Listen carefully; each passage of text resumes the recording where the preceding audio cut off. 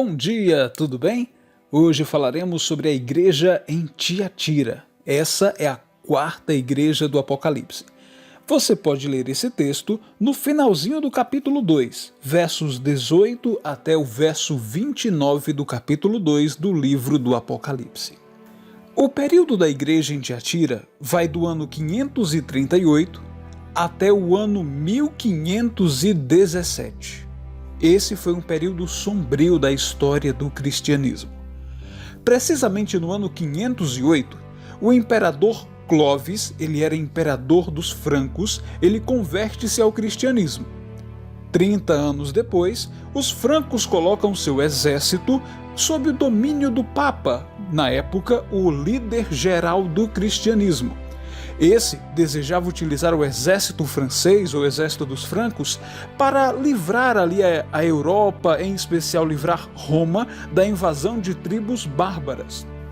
Bárbaros, caso você não saiba, é a maneira como os romanos costumavam chamar as pessoas de outras nacionalidades. Para evitar que os bárbaros invadissem a Europa, em especial o território romano, eles utilizam então esse exército. O exército que inicialmente foi concedido com este objetivo permaneceu a serviço do Papa e foi utilizado num objetivo ainda mais macabro: tentar purificar a igreja e mantê-la pura. Não conforme o parâmetro bíblico, mas conforme os desígnios humanos. O Papa então passa a estabelecer o que é certo e o que é errado, e as pessoas que não obedecessem seriam brutalmente torturadas e mortas.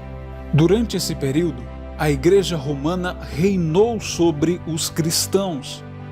As pessoas não tinham acesso à Bíblia, mesmo os padres e líderes religiosos tinham acesso limitado às Sagradas Escrituras e tinham que viver de maneira completamente submissa à Igreja.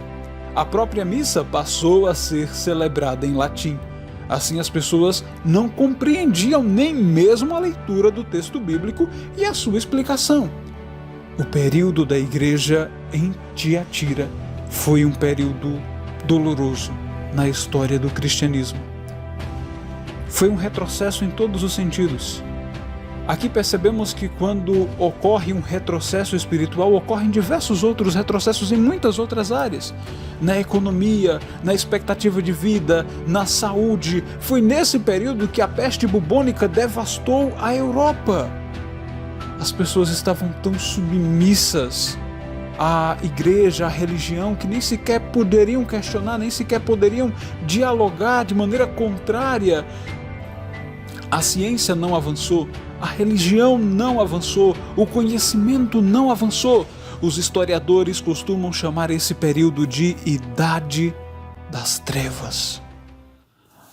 Mas Deus, em seu infinito amor e bondade, fez a luz do Evangelho brilhar, mesmo que de maneira bem humilde, quase que imperceptível, em alguns lugares do território europeu.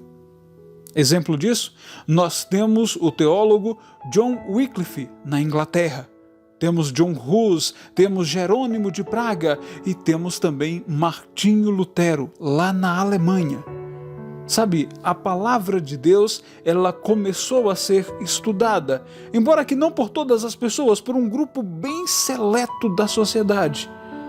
Mas homens que tinham o seu coração voltado para o Senhor Jesus e que, quando compreenderam as verdades bíblicas, resolveram revelá-las ao mundo e causaram a grande e conhecidíssima Reforma Protestante. Sobre a igreja em Tiatira, Deus não coloca muitos pesos ou penalidades, haja visto a escuridão espiritual que eles sofreram. E a promessa dada a este povo é que o vencedor regeria as nações. Uma clara alusão àquele texto do Apocalipse capítulo 20, onde diz que os salvos terão a oportunidade de reinar ao lado de Cristo. Deus é maravilhoso e estava aqui prometendo exaltar os tão profundamente humilhados naquele período doloroso da história cristã. Não deixe de voltar aqui amanhã.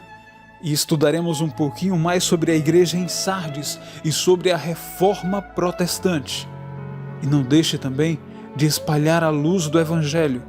Hoje, eu sei, vivemos em uma era de grande liberdade religiosa, mas mesmo assim, Satanás ainda tem utilizado muitos meios para cegar espiritualmente as pessoas.